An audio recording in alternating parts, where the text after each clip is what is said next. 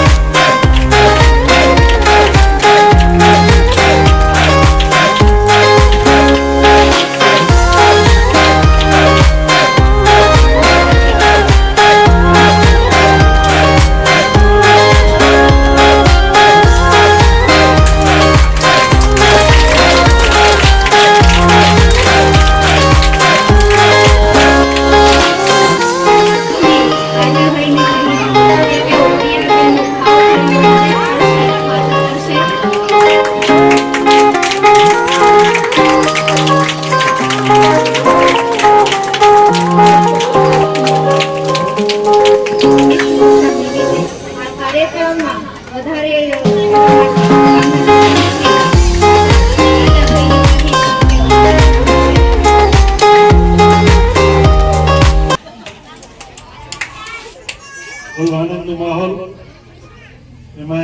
Programme अंदर अपना गामना sarpanch Shri Rajabhai Patel BHC staff anganwadi supervisor बेन पधारे आंगणवाड़ी बहनों आशावक बहनों स्कूल में नानी नानी भूलको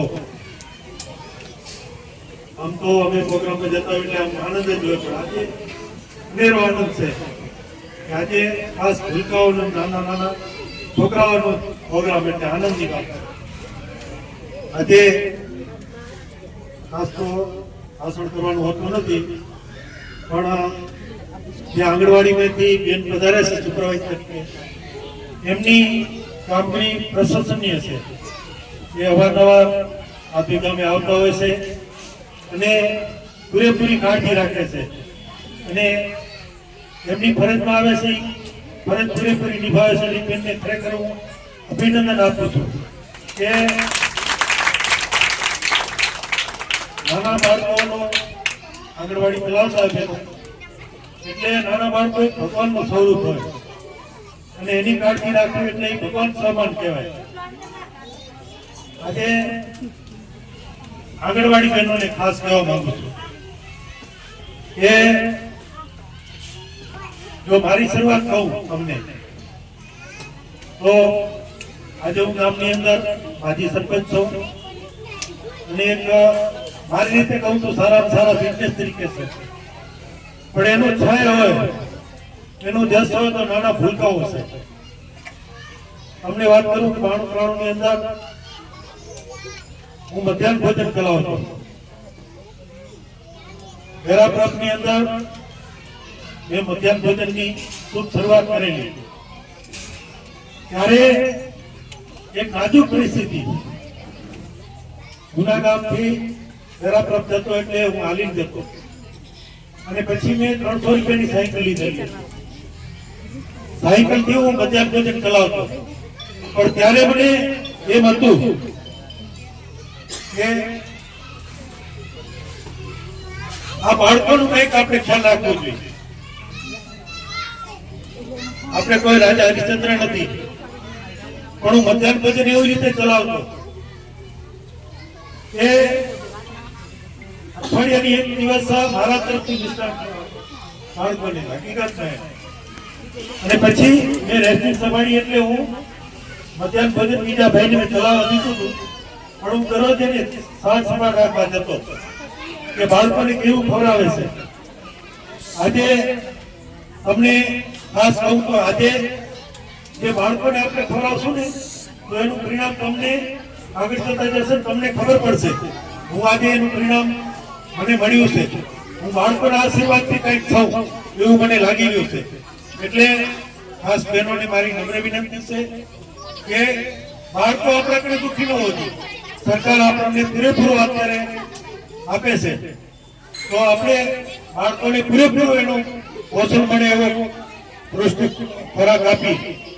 મારી દીકરી આંગણવાડીમાં છે એટલે હું દરરોજ એમને કહું છું કે તમે સારું ખવડાવ્યું છે ને, એટલે તમને બધાને કહું છું, મારી દીકરીને કહું છું કે આપણે આંગણવાડીની અંદર સારામાં સારું પ્રોત્સાહિત ખોરાક ખવડાવી અને બાળકો રાજી રહેશે તો ભવિષ્યમાં આપણે રાજી રહેશું. એનું પરિણામ આપણને પૂરેપૂરો મળશે એવી હું તમને ખાતરી આપીશ. જય ભારત.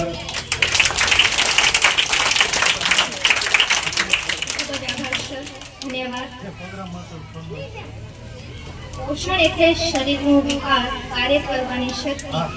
આઈસીડીએસ મહિલા બાળ વિકાસ વિભાગ ગુજરાત સરકાર દ્વારા આયોજિત પોષણ ઉત્સવ 2023 કેક, હોમ અને મિલ માંથી બનાવવામાં વિવિધ પૌષ્ટિક વાનગીઓની આ સ્પર્ધા છે. તો વધુ માહિતી માટે રક્ષાબેને કહીશ કે તેઓ પોતાના બે શબ્દો અહીં રજૂ કરશે. બધું છે એના દરેક કાર્યક્રમમાં લગભગ થઈએ બહેનોની ખૂબ જ સારી પૌષ્ટિક વાનગીઓ જે બાળકોને આપવામાં આવે છે અને જેના દ્વારા બાળકોનો સારો બૌદ્ધિક શારીરિક વિકાસ થાય છે. એટલે જે કામ તમે કરી રહ્યા છો એ કામ ખૂબ જ લાભદાયક અને આગળ જતા જેમાં